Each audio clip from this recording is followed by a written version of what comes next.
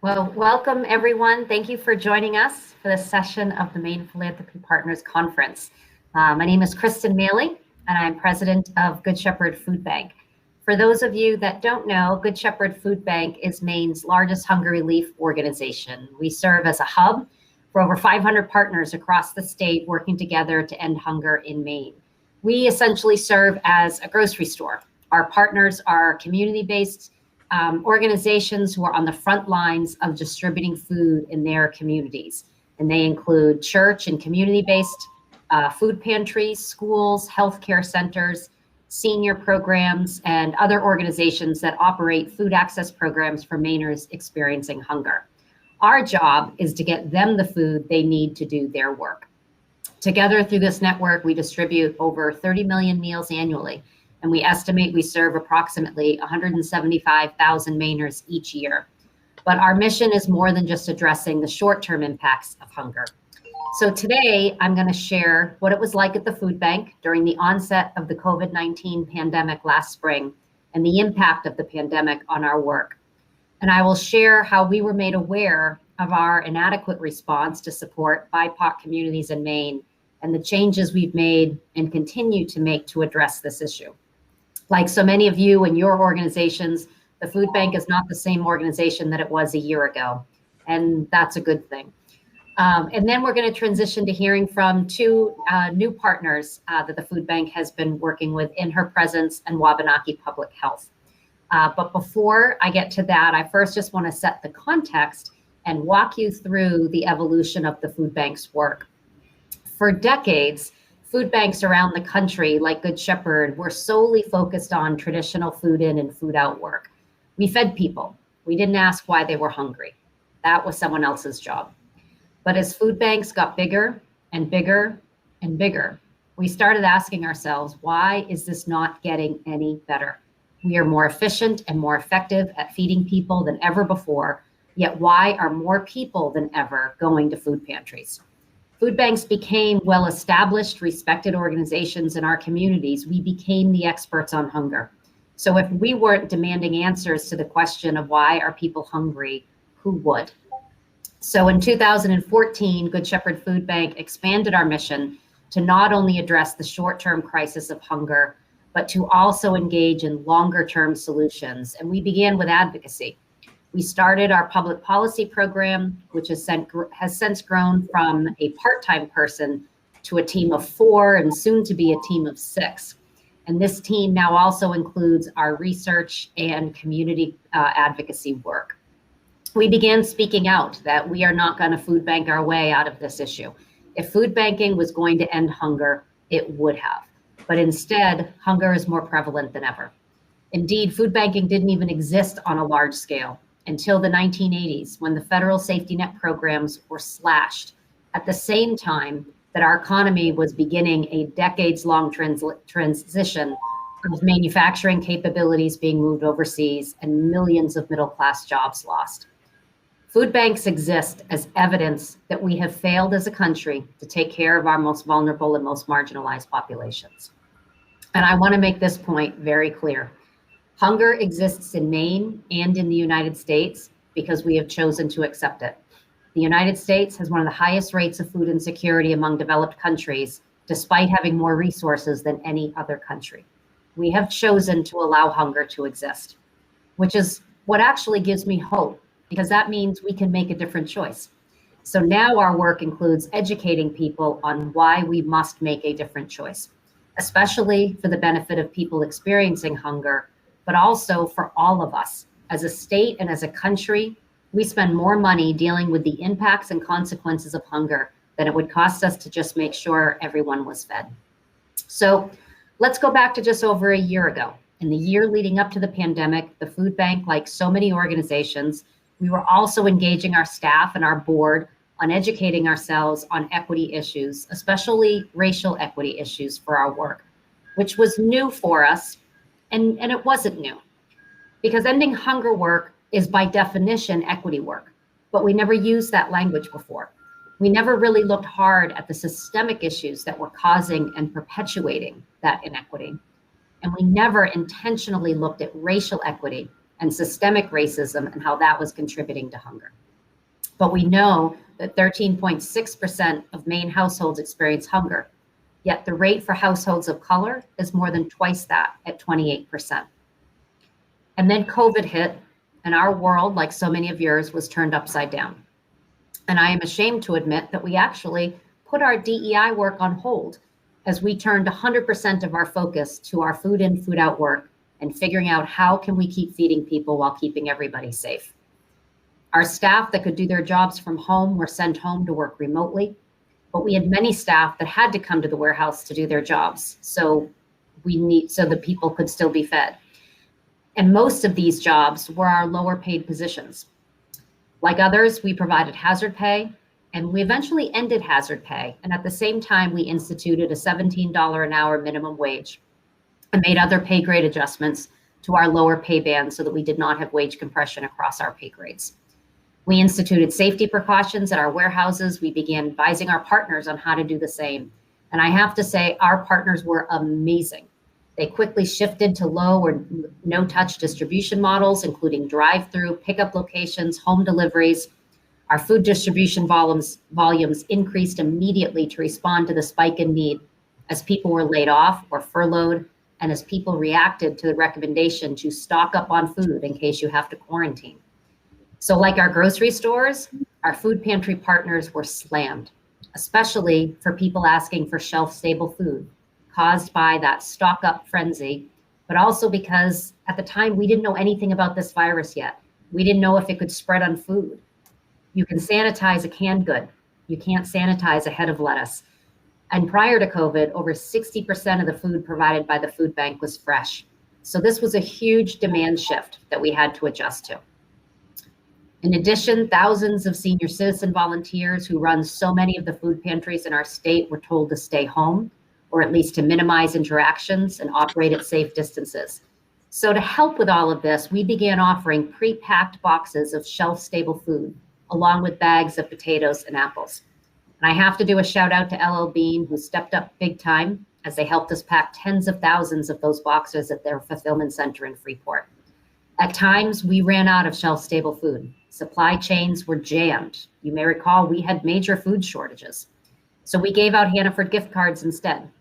We gave out over $800,000 worth of Hannaford gift cards. We were exhausted, but we were getting the job done, or so we thought.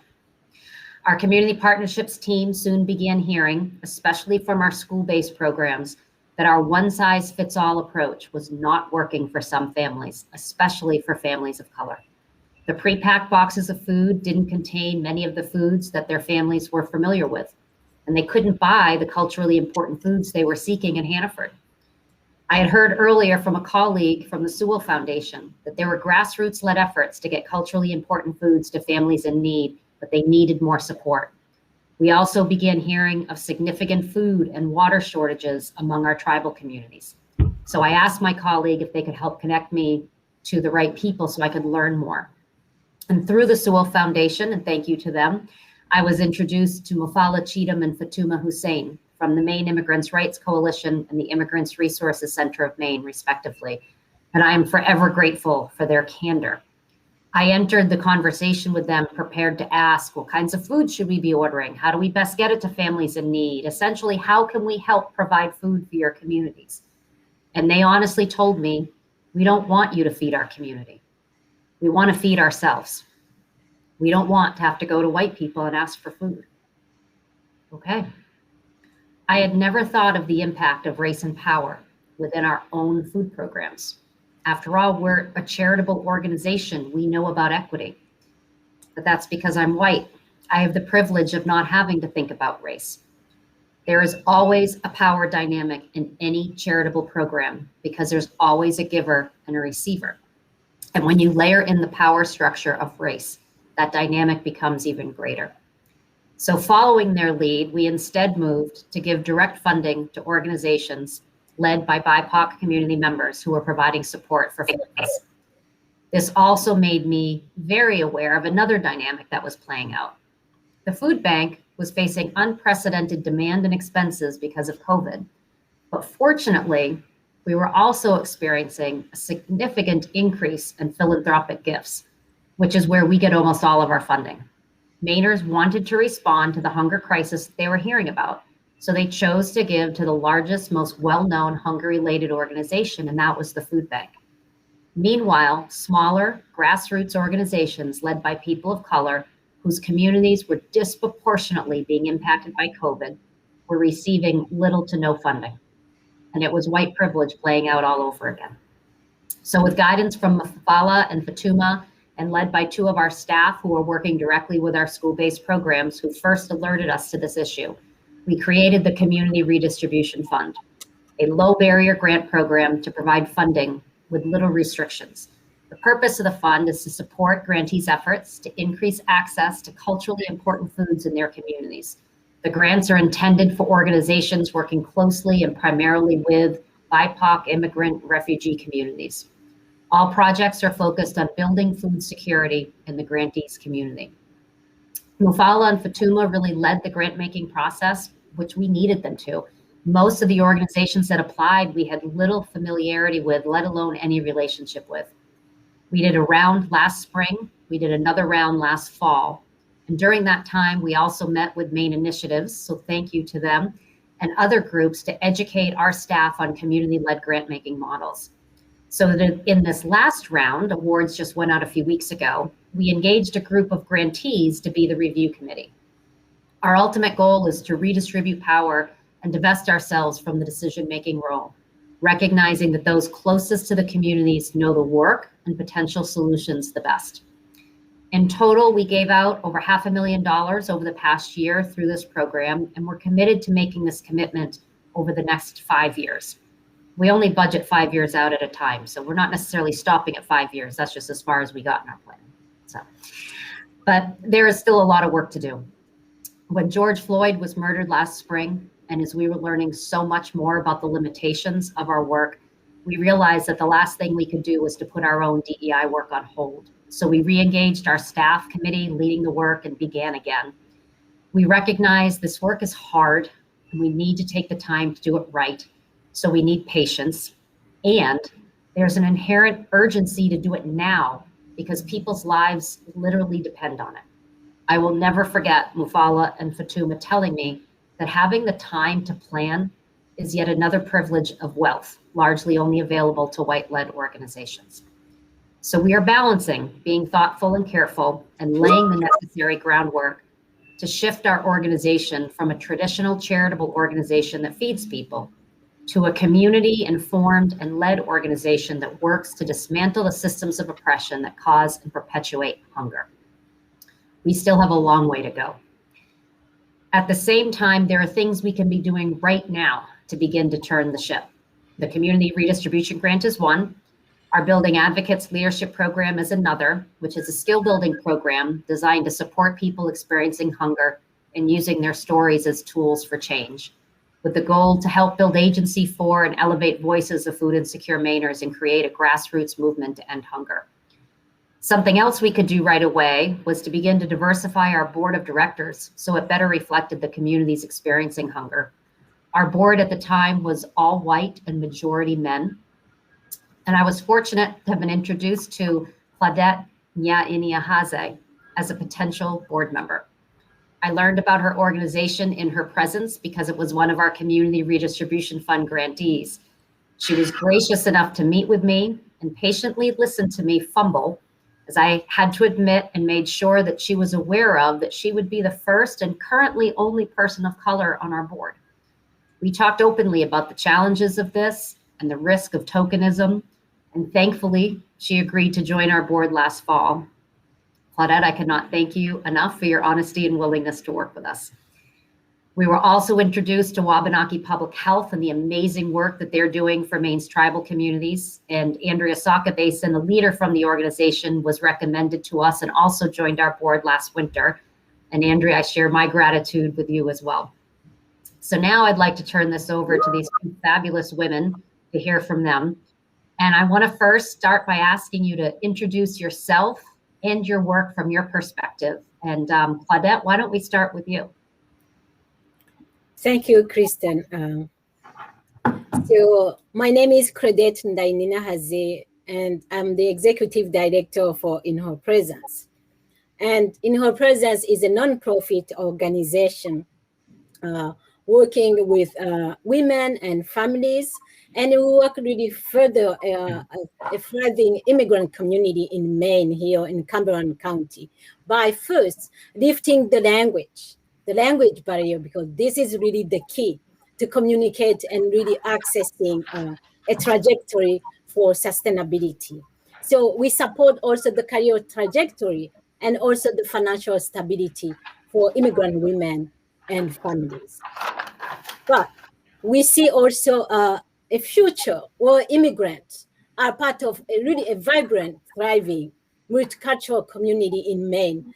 As I think Kristen was talking, how do we work together as a coalition so we can really bring the change and the transformation here in Maine?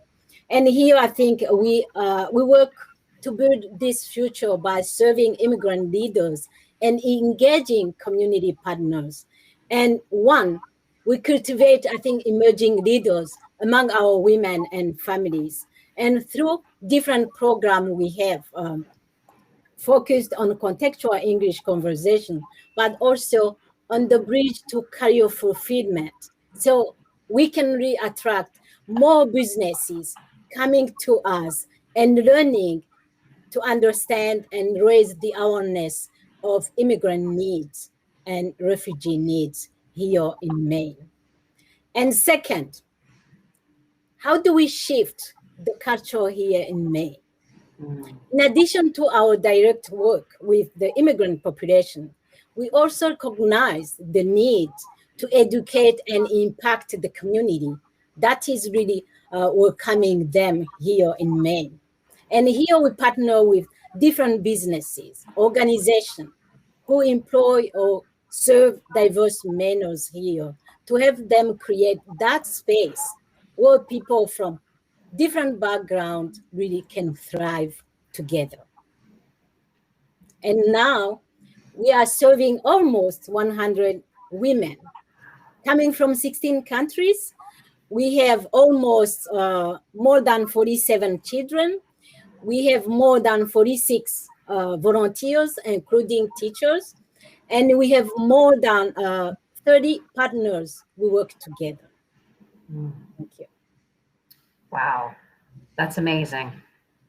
Andrea, tell us about your work with Wabanaki Public Health.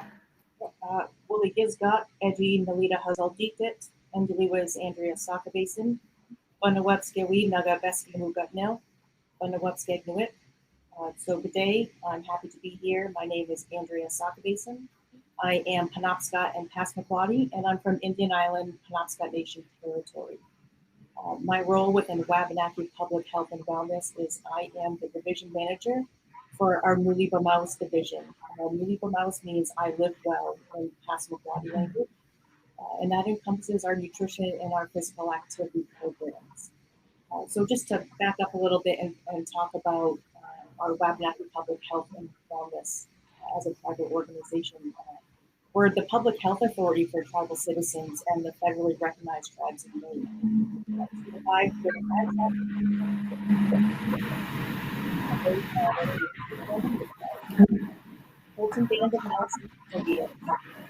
Yeah, I'm sorry to interrupt, but it's a little hard to hear you.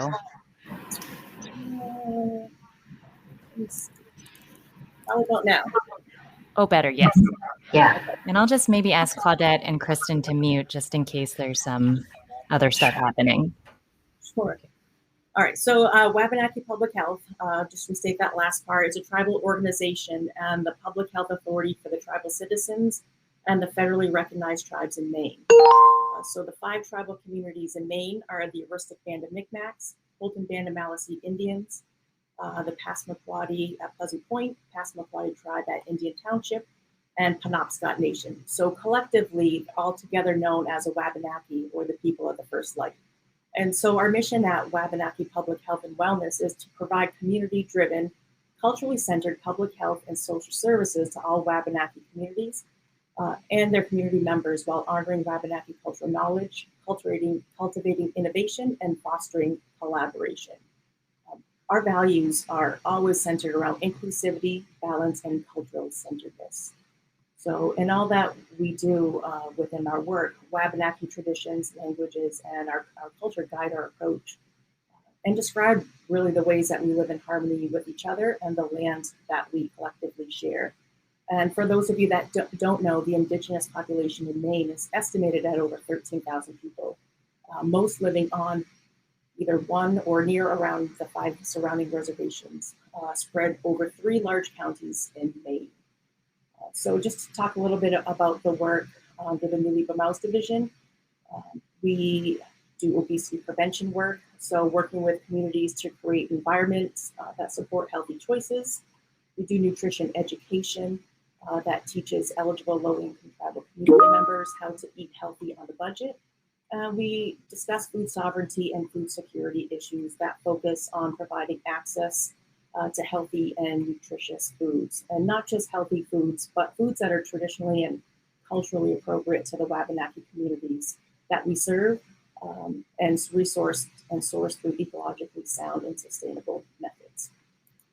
Thank you.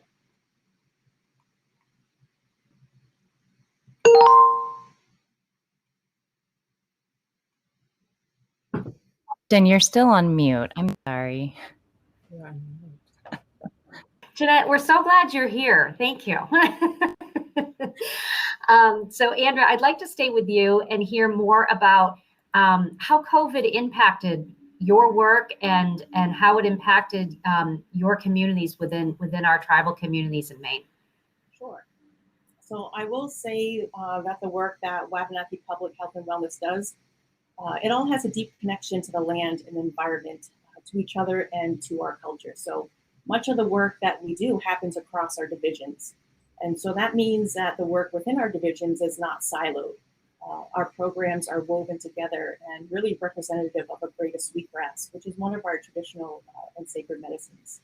And so that tight connection between all of the strands of that braid really represent the strength of the whole. And so we use this model as a guide to do the work that we do in the tribal communities that we serve. And so I guess before we go on to some of the COVID work that we've done within my division, I think I'd be remiss if I didn't mention some of the work the other divisions have been doing during this time. So during the pandemic, it became evident that we needed to develop systems and have them in place to really meet the needs of our most vulnerable populations during COVID. And so through our Injury and Violence Prevention Division, we initiated a colored paper project in Zibayak, Pleasant Point, and Madaknagoot, which is Indian Township communities. And that project served over 273 elders. They were provided with care packages that contained items such as soap, hand sanitizer, toilet paper, activity books, and colored sheets of paper. And that colored paper was one of the systems that we utilized in place to make sure that we were taking care of the elders. And so the elders were advised to place a paper in their window at their residence. They had different colored paper. So green meant everything was okay. Yellow was the elder was in need of supplies or other kind of deliveries such as water. Red was that the elder wasn't feeling well, required medical attention. And blue just let them know that they were lonely, could use a phone call or a text. And so we had staff in each of those communities that actually drove around and checked daily the status of those papers. Also, our environmental division worked really hard in the Zibayak Pleasant Point community to provide clean drinking water. They're unsafe drinking water containing high levels of carcinogen. And so Wabanaki Public Health and Wellness, in order to meet the needs of the community, purchased reusable water containers for elders and disabled members of the community to provide with clean drinking water from a local spring. So we also have, from our maternal and child health, we had a literacy and love. So distributed to Wabanaki and Wabanaki communities, we had Indigenous authored children's and adult literature books. They were delivered to households with children. That helped to promote bonding and connection through literacy and learning. We delivered to Indigenous college and vocational training students to show our support of balancing the demands of school, work, families, especially during the stressful times of COVID. And then we also delivered to Indigenous people who are actively serving in the branch of the military, and provided their families with connections to home and culture. And then we also supported those working hard on their recovery and understanding that the time of social distancing has been difficult during COVID, and we wanted to show our support. Also, as mentioned earlier, our values are based upon cultural centeredness. So in each of our divisions, we place culture at the forefront. So these include traditions, language, and sacred medicines. One of the initiatives through our Culture, Language, and Education division was hosting community smudges in each of the tribal communities. Smudging was a way for us to connect with our people in a time of social distancing, and provided ways to improve spiritual health, as well as bringing positive energy into whatever space that we're in. So those are just a few of the examples of some of the other divisions, within Wabanaki Public Health and Wellness. Some of the work in the New Legal Mouse division, we understood that the COVID-19 pandemic increased hunger statewide. Tribal communities were acutely impacted. I think the arrival of the pandemic really shined a glaring light on crisis areas like food insecurity and the lack of a tribally shared food system. So many of our tribal communities there in Penobscot, Aroostook, and Washington County. So in some of the more rural areas, the pandemic brought extreme challenges to securing fresh fruits and vegetables, traditional foods, and really just basic ingredients due to shortages and costs in limited local stores. So these disrupted food systems, combined with high diabetes and obesity rates, place many tribal citizens at a greater risk of COVID-19. And so Wabanaki Public Health and Wellness worked hard to address the complex need related to this pandemic in Wabanaki territory, while also simultaneously planning and dreaming of a future and the creation of a Wabanaki food sovereignty system. So some of that work of the COVID-19, we really worked with each tribal community and each tribal chief to address the urgent needs that arose during the pandemic, and worked within the communities. So we worked with the food pantries on deliveries of fresh fruits and vegetables that was coordinated across all 5 tribal communities to ensure that food was, we worked with also the tribal food pantries to ensure that the food was stored and delivered to the community members who were in need. At this time, realizing all the food deliveries that we were scheduling, we really focused on, or I should say, we spent time dreaming of a new way to serve our people while centering on our culture. So we were awarded funding for the first Indigenous traditional foods mobile food pantry in Maine. And so I think a lot of that really spurred from that vision of delivering those foods. At one point, we had secured a delivery of over 2,500 pounds of apples, 7,000 pounds of potatoes, as well as various other fruits and vegetables. So many of these deliveries were large enough that we had to use multiple vehicles and coordinate with staff in each tribal community to help with the delivery to the tribal food pantries. And so that's really where that vision sparked from. So implementing a food sovereignty program within our communities has been a highlight. One of the highlights I'd like to mention is our food sovereignty program within the Maliseet Nation.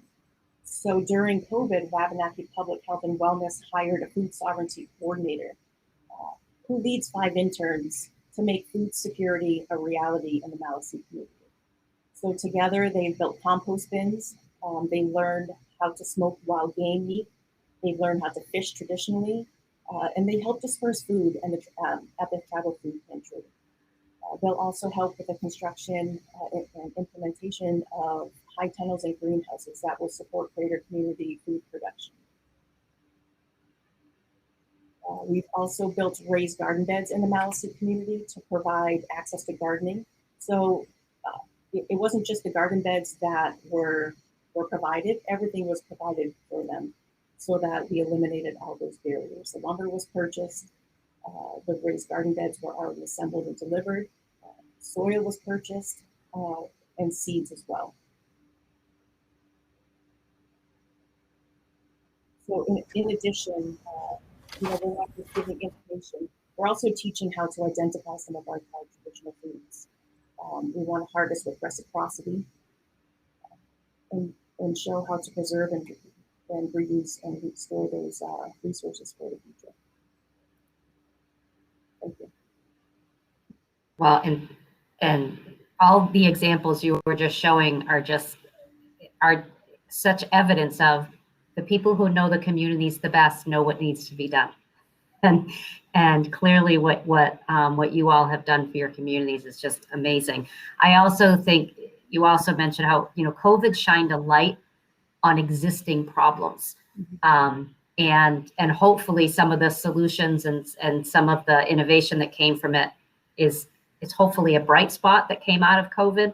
But I know for us, we were first introduced to you and your team because of the water issue. And I first, again, ignorantly thought that this had something to do with COVID, only to find out that the water issue facing the communities around Pleasant Point has been going on for decades. And it kind of reached a crisis within COVID, but it predated COVID for years and years. And it's as we said, it's shameful that it took a pandemic for us to realize how much we were falling short for so many communities. So let's hope this is a wake-up call that we will not, that will not be silented. Claudette, I'd love to turn it over to you and hear from how your organization, how you saw the communities that you're working with, how COVID impacted them, how innovative work that you've been doing to address the needs within all of the cultures that you're supporting. I can't just say 16 different countries. That's amazing. Thank you, Kristen, and thank you, Andrea, for sharing. Kind of went to the same pathway, kind of. And as you know, in her presence, as Kristen said, works with women and families from 16 different countries, but they are really low income, and they work more than 2 jobs, which really it's a survival life they are experiencing. And they were unemployed when the COVID came. They were unemployed. They were back home because the children really were not at school and they were at home. And they needed really to increase the plate for their food, for their fruit, everything. So because the children were home and were missing the food they were getting from the school. And as really the pandemic was really so hard, a difficult time for everyone. I think, her presence, community and families were not really, didn't really have exception. And we were experiencing really some mental isolation in our community, but also reinforced by the lack of the language, because it was so hard.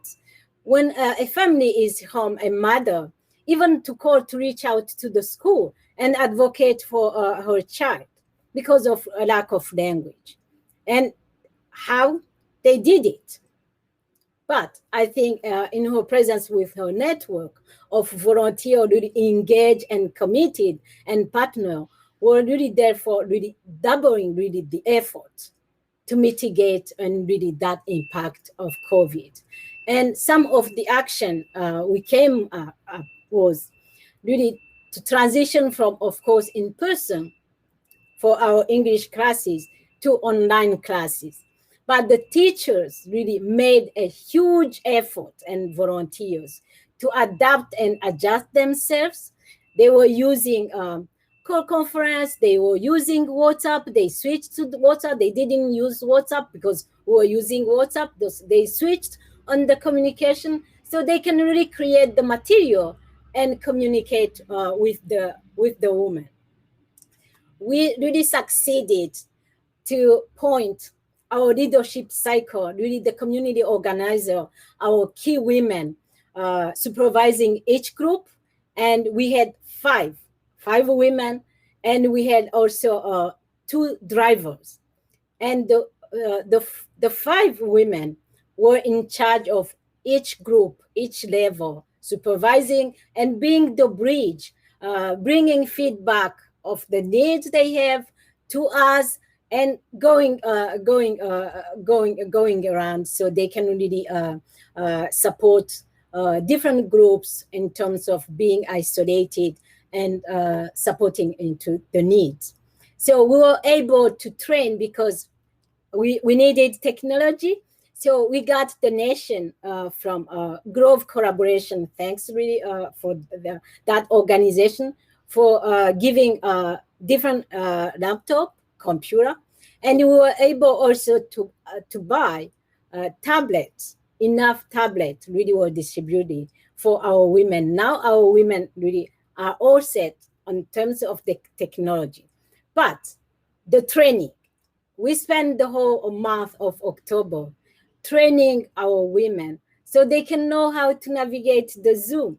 They can know how to open the Zoom and really even turn the camera and all the feature for the Zoom. And until now, we need really to reinforce that technology. And as you know, most of our immigrant and refugees, they don't really have experience and really knowledge, skills to navigate the technology. So it's really something we need to continue, and we are getting there. I think Grove Collaboration also wants to keep working with us in partnership so they can really get to implement some skills so they can get advanced on that.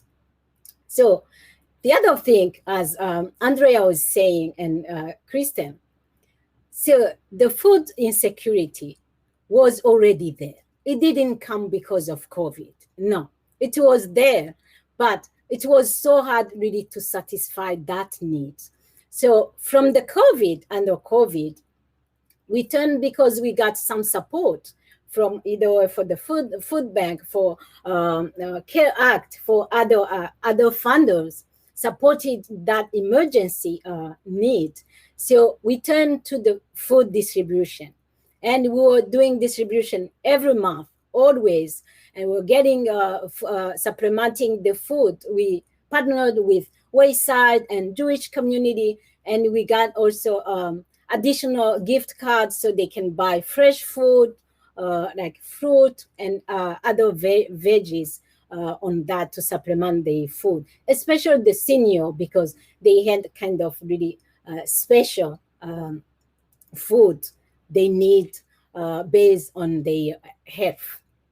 So we transition also to the ethnic food, because when we made the contact, the conversation with Wayside, from the beginning, they didn't really like the food. Then we get to Wayside and had a dialogue. Then we presented another list. So, and they did it. They provide really that list of food, and now we keep working together on that. So we provided also diapers from the Jewish community, and we were able also to provide childcare for 25 mothers with young children who were at the front line, working at the front line, and also supporting our women from unemployment, how to navigate that. Our teachers really were mobilized and get training on that so they can support each woman and families in need of filling in the unemployment application. And as you know, it was so hard really to navigate that application. And also we provided the psychological and social support, of course, for anxiety and stress they were having under employment, or also being isolated, because we have a senior group, for example, they were really isolated. But we succeeded also to engage them, and I will always be grateful for that. We engage them because most of them, they are seamstress. So we engage them to sew the mask. And then we were able even to give back to the community. We give them to Preble Street, to Wayside, and to our women and families in the community, so they can really take it. And we had also a series of education for how to wear masks, all those rules under CDC guideline, so we can really get and overcome the COVID-19. And even now, we decided to keep going, but because of not having enough resources for the food distribution, we decided this year to do it every other month. And now it's coming on Saturday. This is our food distribution this Saturday, the 21st. Thank you. Wow, it's a lot. So you mentioned several of partners that are part of our network, Wayside and Jewish Family Services and Preble Street, and I'm sure they have the same question that we have of, so these are new partnerships. We're working together. We've never worked together before. So we want to hear what else do we need to be doing? What do we need to be doing differently? How do you see this partnership evolving to making sure the food needs of these communities are being met? So, Claudette, I'm going to stay with you. You want to stay with me? Okay. Thank you, Kristen. So, as you said, I think what needs to happen is, for me, is first understanding and raising awareness of the program. And as you said, I think you did it. For the food distribution, I think you did it. Even bringing me on the board. And I remember when we had the meeting, when we had our first meeting, how you were really shy and not really comfortable talking with me. And I was the first one really Black person being on your board. And of course, the stress was not only on your side, and I think it was also on my side. So I was thinking, how am I going really to deal with everybody? And how many you have on your board? That was like, I was shy too. And I was really intimidating. But still, because of creating a space to open up for relationship, for being honest and telling me the truth, I think this is really something we need to keep. How do we leave out the fear and the silence and be honest among community, among people, so we can realize that, and then we can pass to the action. We need action.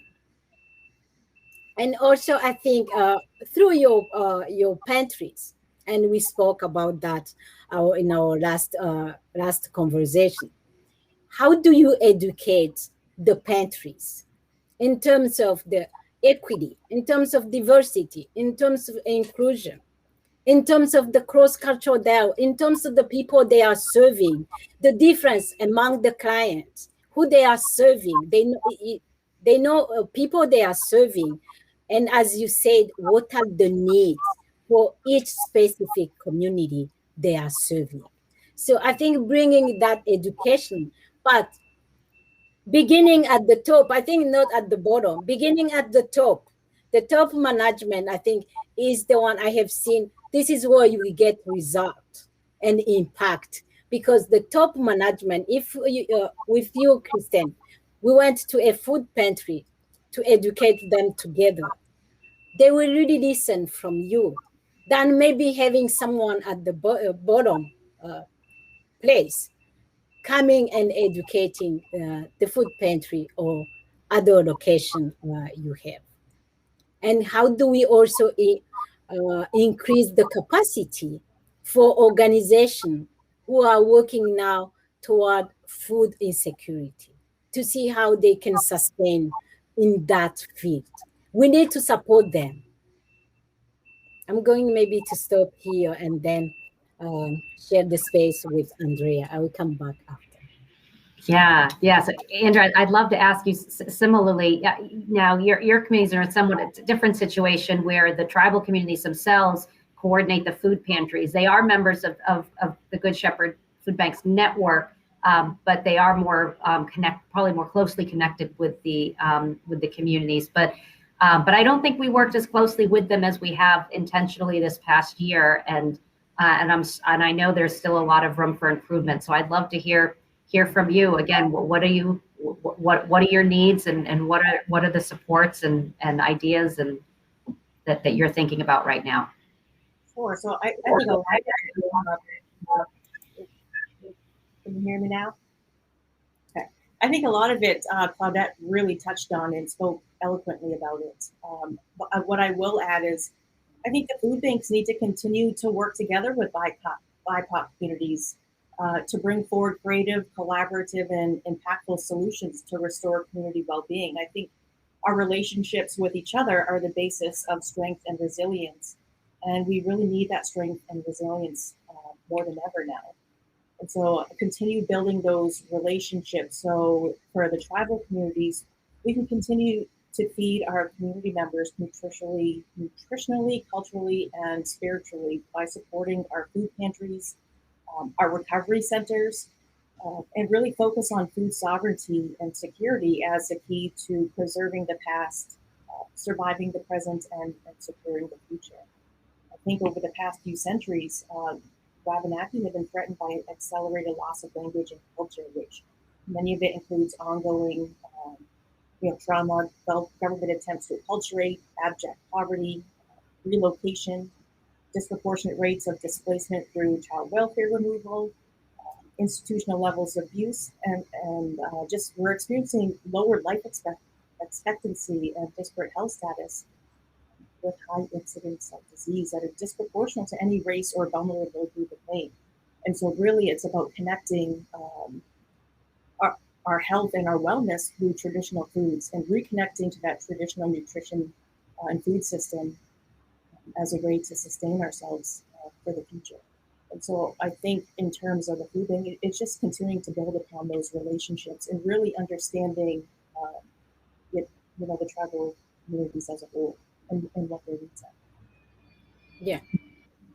One thing I can add, Kristen, to that, two things.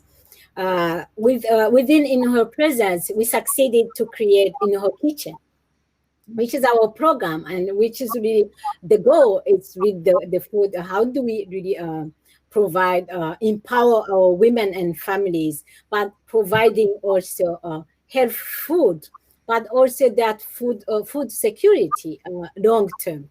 So that's really a program of long term. And we start working with Mecca back in 2018. And now we keep working together. And this year, we are really creating a cookbook edition 2021, where we are filming all our chefs, our community, so we can really feature that into that cookbook.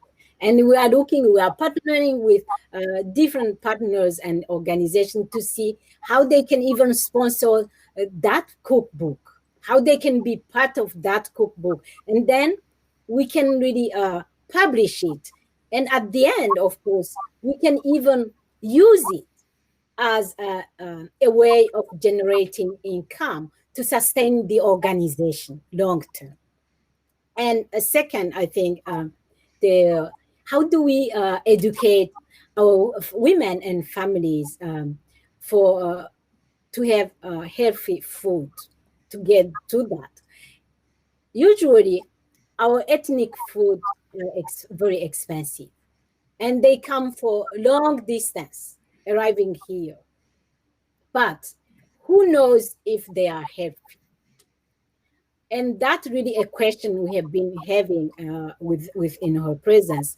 But the way we are doing it is we are now partnering with Hannaford, and we are partnering also with Trader Joe to support us and work together as partners, and then to see how we can educate our women to just switch and substitute those ethnic food with the food which are available and healthy here. How do we do that? And how also women and families who want really to pursue their career pathway as being maybe owner of a restaurant, or maybe pursuing education in the food education. How do we support that pathway for those families and individuals wanting really to succeed and be empowered and sustained. So you both have, I feel like, really described, I think, an evolution that we want to continue, right? Where I think the food bank initially was trying to solve all the food issues unilaterally and failing, right, for many regards, to then being a redistributor of funding and handing that over.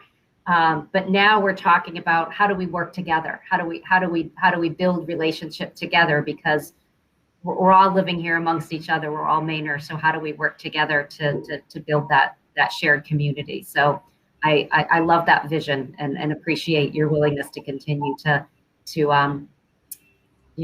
dream with us on getting there. We are at, so this is the Maine Philanthropy Conference, which means we have a lot of funders here. So I also love to give you the opportunity to ask, what do you need from funders? What do you need to see differently within the funding community to support your work in your communities?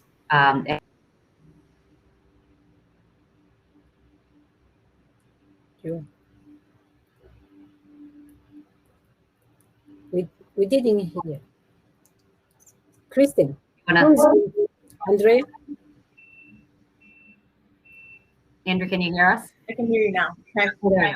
I think there needs to continue to be that relationship building. I mean, it's not just relationship building with the food banks, tribal communities, or communities of color in general. It's that relationship building on the foundational level. I think thinking back to the work that we do in the tribal communities, none of that is possible unless we have built out those foundations, built those connections, and really build upon them. I think you have to go from the ground up rather than from the top down. And so having those organic conversations and having an open and honest about it, realizing that you don't know what you don't know. And so having growth in some of those uncomfortable conversations that may arise, especially around equity and really shifting that paradigm. Still, what I can add to that relationship, I think the funders, sometimes I think they work in isolation. But I think now there is a trend where they are really consulting together, they are really coming together and seeing, analysis the needs together, and how we can get a coalition, maybe into the food security insecurity, from different funders oriented in that field. So getting that coalition, but also shifting the power and bringing on the table, the decision table, immigrants, different culture, different community with different culture, so they can really immerse into that understanding and awareness, I think, first. And second, I think it's good that the coalition can really support organization on the grassroots community. But if there is no advocacy at the state level and federal level into the systemic racism, because everything, I think, is locked into the system. How do we unlock the system? And I think it belongs to the funder, because you have the power to unlock that transformation, as really even the name, the title of this annual conference for Maine Philanthropy really indicated. How do we shift that power and really create equity and change and transformation on the same level? And that really needs to happen at the state level into advocacy, but bringing really the whole representation from the community, and advocating at the state level. This is how we will achieve it. Otherwise, we will stay isolated and working in isolation, and we will not achieve and make huge impact in our community. I completely agree that we do. We need to the grassroots work that's happening is having a real immediate impact on the here and now, which is so important.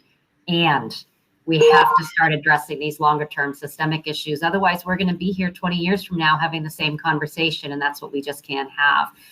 So you mentioned a couple times the importance of starting at the top, and it begins with leadership, and it begins with shifting power.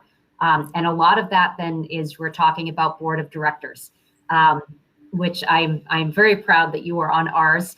But we still have a ways to go with getting to where we need to be in terms of really having our board reflect the communities that are being impacted by hunger. I'm really interested and I appreciate your willingness to. We did talk ahead of time, so I'm not putting them on the spot. But a lot of organizations are where we are, where we've been an all-white board for a long time and not knowing where to start.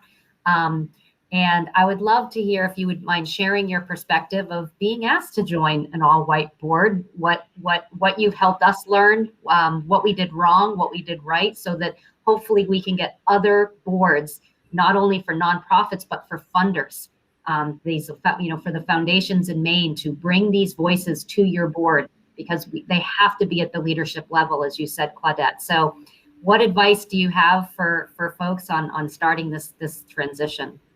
And I forgot where we left off. Claudette, I'll have you go first. Thank you. I think the first thing is the board. They tend to bring, of course, because they acknowledge, they recognize they don't have diversity on their board, and they just hurry and run and bring someone from diversity. But what we don't see is that person we are bringing on the board, that the space is not safe. The space is not safe for, and we don't even put ourselves in that person's shoes of how that the person is really feeling emotionally, and even not even having the language, because sometimes we don't have even enough language really to advocate and talk. So we don't think about that. But I think for you, the way you did, you approached me and expressed, and you were honest. And of course, I agreed to come because I had two missions. And the first mission was, of course, to bring my knowledge and expertise on your table so you can take it and really learn from that. But also from my community, from my organization and my community. How can I bring that advocacy from my organization, the people who are serving in the community, so we can really make the change, and then we can inspire the community. And this is really what I have been doing with you, even through learning with grants, how the grants really are impacting the life of people. But also on you, I can see how always you email me, you get feedback to me. You always seek feedback from me. And I told you last time that maybe I will become a full-time on your organization, but I'm joking. But still, for someone, you can see that it can be overwhelming because of having other tasks. So, but I think increasing the spectrum of having many people who can be advocate on your board is going to decrease the burden for one person or two person. Then you can reach out to different people, and they can even, I think, because maybe there are other communities. I'm not really expert. I don't really have skills and knowledge. Maybe there are additional values and input from other community we are getting by diversifying really the pool on the board. Yeah, thank you, Claudette. Andrea, how about you? You willing to share your perspective on how things have been going? Yeah, absolutely. I think the commit to action on diversifying the board has become even more important during the national conversations on racial inequity that we've been having. I think, Kristen, you alluded to that in your opening. I think having an all-white board is just not acceptable. This is an example of power structure, and we need to change that dynamic. So I think if you want to understand the deepest malfunctions of a system, then you want to pay attention to the rules and who has a power over those rules. So when you're talking about changing systems, that means that whole new structures and behaviors are being created. Otherwise, or I should say that can be otherwise known as evolution. And Kristen, you mentioned that as well. So sit and take what I just said for a moment, and just think about that in terms of where you may have seen that. And I know that this may be uncomfortable for some, but I believe that at every point of tension, there's an opportunity to learn and to grow. I think sometimes there's a fundamental uncomfortable truth related to racial inequity in our country that it's common knowledge that people of color, it may be a revelation to other people. I think in our society, people of color live under a constant cloud of suspicion that when we achieve something like, being on the board or achieve, anything else that's significant, it's because we've been giving something that we haven't fully earned or that we didn't deserve. And I think these are examples of power structures and also examples of what we can do to change those. I think having diversity on the board introduces fresh perspectives and challenges the old ways of thinking. And so I think it's important to keep in mind that differences in thinking are informed by a person's experience. And those experiences are influenced by things like gender, race, and ethnicity. Where I think Good Shepherd Food Bank did a great job was working to create a board with diverse backgrounds and really lending the perspective of voice for diverse communities being served, and really having like the boots on the ground type of voice. Kristen, you're really open in our conversations where there were shortcomings, and I really appreciated that. And I think what you did well was, we weren't just talking about a diverse board and having race and ethnicity as the only lens for board criteria, but also multiple or applying all the differences that we have to consider on the board, like experience and background and the work that we've done in our communities. And I will leave it at that. Thank you. Yeah, I was going to say, I could listen to you all day. So both of you, Claudette, go. What do you have to say? Yeah, I was going to add something on what Andrea is saying. We have seen the pandemic, and because the disparities really came at the surface, and we have seen many organizations rushing and doing training, diversity, equity, inclusion. This is how the big words really we are calling them. And we designed those training, and we paid really a lot of money behind that. But I think we don't, are we really questioning those training on the impact they are making on our work, on our organization, on also our personal, really individual perspective. So, and I remembered when we had the discussion, and when I mentioned that, I said, we need really to bring low conversation, like cross-cultural dialogue. We need really to have that conversation. So people first can really understand before they can act. So, and I remember we were talking about cross-cultural services, and you mentioned that you need really, you are going to see how you can implement those discussion and dialogue.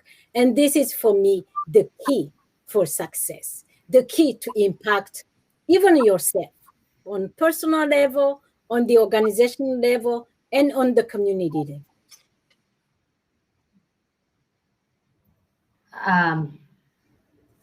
I'm reflecting on, Andrew, you said for organizations these days to have all white boards shouldn't be acceptable, and here.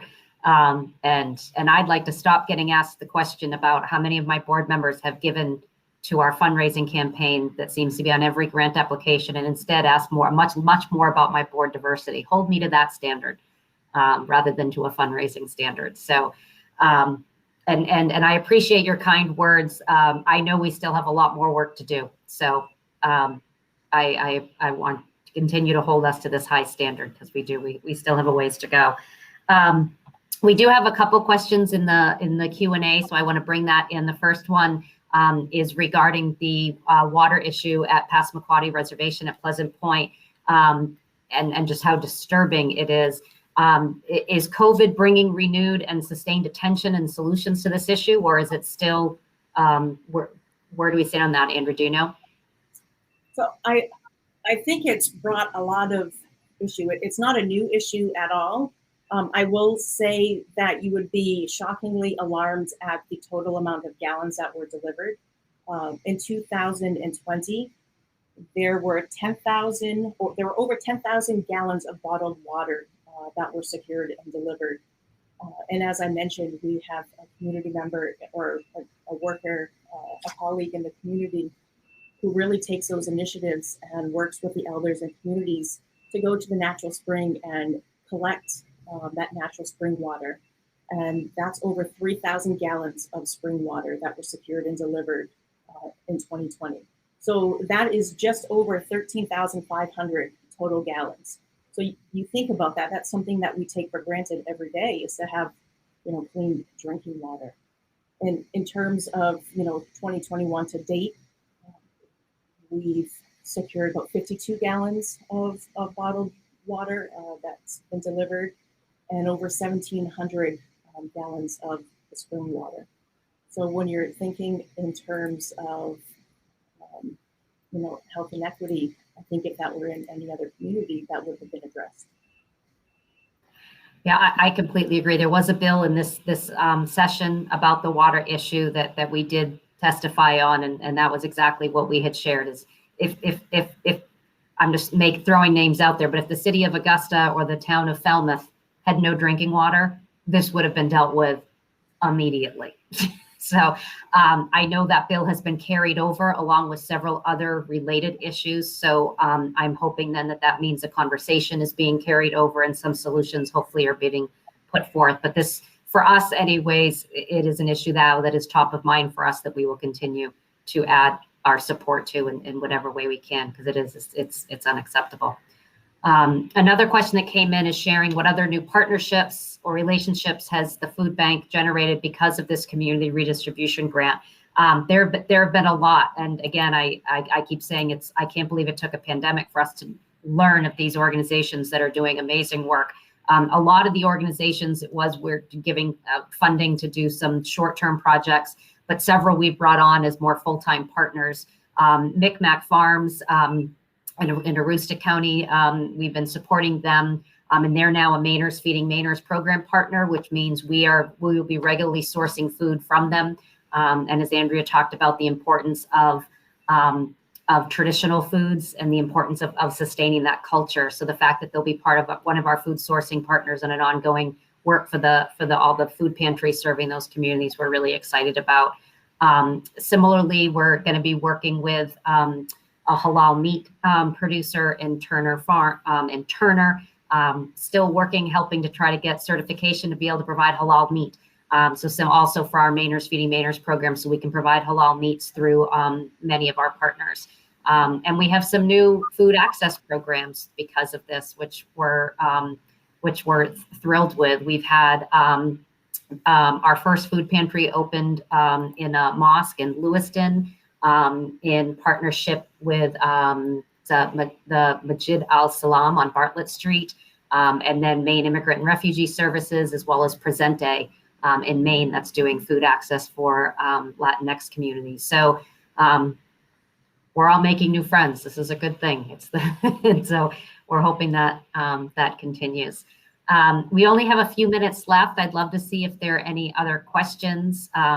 I did see Jonah from Sewell had some great suggestions about some of the topics that we've touched upon today are going to be in future conversations, including one at 10:30 tomorrow morning about how philanthropy, government, business, nonprofits can work together more holistically So that will be a great conversation to pay attention to. Other questions? Yeah, or Claudette, anything? Kristen, I think Jonah touched really that because we had also a conversation with him, and the way they are supporting in her kitchen our program is really unbelievable. And they are pushing really long term that program, and the way he's supporting really us, his foundation, the way they are supporting really in her presence into that program, it's amazing. And I mentioned last time how the Sower Foundation can even partner with your food bank to support the capacity building for an organization. Mm-hmm. And then you leverage them, and now it's no more that the grassroots community is really empowered, get all the capacity and resources, and then there is really a clear and real impact for the people we are serving. Yeah. Mm-hmm. Thank you. Absolutely. The other thing, actually, the one last thing I do want to touch on, if we don't have another question, I do want to point out Jeanette's pointing us to a session evaluation. So please remember to do that so we can make sure we do better next time. We love your feedback. We talk about the importance of this. We're hearing a lot about the culturally important foods, right? It seems to be a big topic of conversation. And Claudette, you mentioned about how you're also helping some cultures learn about some substitutions, just recognizing it's expensive sometimes to bring in this culturally important foods. And we want to make sure we're supporting people's overall health and wellness. And so making sure we're getting the healthiest foods we can get. And while completely recognize all of that, I think we also all recognize there is something really important about maintaining culture. And this was especially heightened for me because the first time for two of the rounds of the Community Redistribution Fund was within Ramadan, and recognizing the importance of communities being able to come together and recognize sacred holidays and recognize sacred traditions, especially in a time of crisis, is healing. And as important as the nourishment that you're getting from the food, you're nourishing your souls in another way. And so it's really important. And I share this only because I know we have, even within the food bank and within our partners, people saying, well, it's just people just need food. Can we just give food and people can take the food we have? Food is more than food. It's what we always say. Yes, it nourishes your body, but it nourishes your soul. It brings you together. It builds family. It builds community. It maintains culture and perpetuates culture. So it's something we're going to remain committed to as well, in partnership with you. So thank you. Do you have anything that either you would like to add before we close? So one thing I can add, I think we need to acknowledge that on both ways, on the mainstream community, on the immigrant community, we need education. It's not one way or another. We need that education on both sides. But I think we need women now and families by building on their strength. Mainstream community needs also to recognize the unique skills and knowledge that lived experiences bring to the work and on the decision table. Mm-hmm. Definitely. I definitely echo that, Claudette. And Kristen, I thank you for allowing me to share our story. So thank you. Yeah. The phrase I think I heard recently is it's lived experience, it's lived expertise. Yes. And that's what we need to be learning from. So all right, we're at our time. I cannot thank you both enough for joining me and for joining the work of the food bank. We are better and stronger and more effective because of you. So thank you. And I look forward to doing a lot more work together. And thank you, MPC, for the opportunity to share our story. Oh, thank you.